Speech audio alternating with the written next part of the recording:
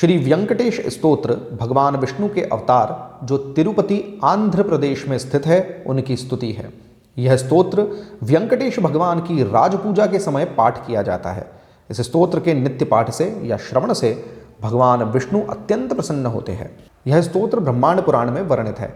यह स्तोत्र ब्रह्मा जी ने महर्षि नारद जी को सुनाया था। यह स्तोत्र भगवान वेंकटेश के गुणों, लीलाओं और अद्भुत दिव्यता का वर्णन करता है। इस स्तोत्र में एक संस्कृत शब्द का उल्लेख है, कामितार्थ प्रदायिने। इसका अर्थ है सभी कामनाओं की पूर्ति करने वाले। अगर इस स्तोत्र का नित्य पाठ किया जाए तो भगवान वेंकटेश की कृपा दृष्टि प्राप्त होती है। जिस व्यक्ति के जीवन में शांति का अभाव है उसे तो इस स्तोत्र को विशेष सुनना चाहिए। ऐसे ही गुप्त स्तोत्र हम आपके लिए लेकर आते रहते हैं, इसलिए चैनल को सब्सक्राइब अवश्य कीजिएगा। वीडियो को अंत तक अवश्य देखें और वीडियो के अंत में गोविंदा कमेंट करना ना भूलें। आइए सुनते हैं श्री वेंकटेश स्तोत्रम। ओम अथ श्री वेंकटेश स्तोत्रम। वेंकटेशो वासुदेवः प्रद्युम्नो मितविक्रमः संकर्षणो निरुद्धश्च शेषाद्रिपतिरेव च जनार्दनः पद्मनाभो वेंकटाचलवासनः सृष्टिकर्ता जगन्नाथो माधवो भक्तवत्सलः गोविंदो गोपतिः कृष्ण केशवो गरुडध्वजः वराहो वामनश्चैव नारायण अधोक्षजः श्रीधरः पुण्डरीकाक्ष सर्वदेवस्तुतो हरिः श्रीनृसिंहो महासिंहः सूत्राकारः पुरातनः रमानाथो महीभरता भूधरः पुरुषोत्तमः चोलपुत्रप्रियः शान्तो ब्रह्मादीनां वरप्रदः श्रीनिधिः सर्वभूतानां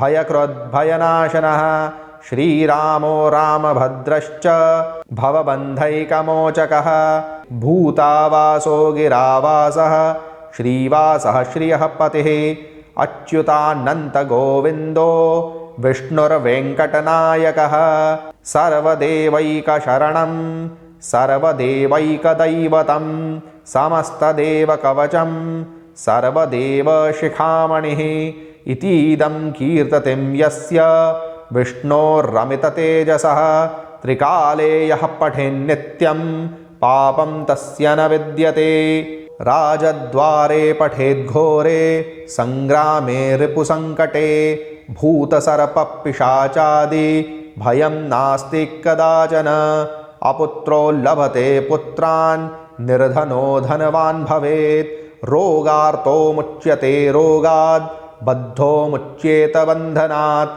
यद्यदिष्टतमं लोके तत्तत्प्राप्नोत्यसंजयः ऐश्वर्यं राजसम्मानं भक्तिमुक्तिफलप्रदं विष्णोर्लोकैकसोपानं सर्वदुःखैकनाशनं सर्वैश्वर्यप्रदं नृणां सर्वमङ्गलकारकं मायावी परमानन्दं त्यक्त्वा वैकुण्ठमुत्तमं स्वामी पुष्करिणीतीरे रमया सह मोदते मायावी परमानन्दं त्यक्त्वा वैकुण्ठमुत्तमं स्वामी पुष्करिणीतीरे रमया सह मोदते कल्याणाद्भुतगात्राय कामितार्थप्रदायिने श्रीमद्वेङ्कटनाथाय श्रीनिवासाय ते नमः।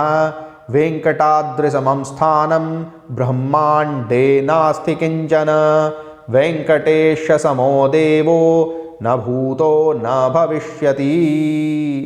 ओम इति श्री ब्रह्माण्डपुराणे ब्रह्मनारद संवादे श्री वेङ्कटेश स्तोत्रं सम्पूर्णम्।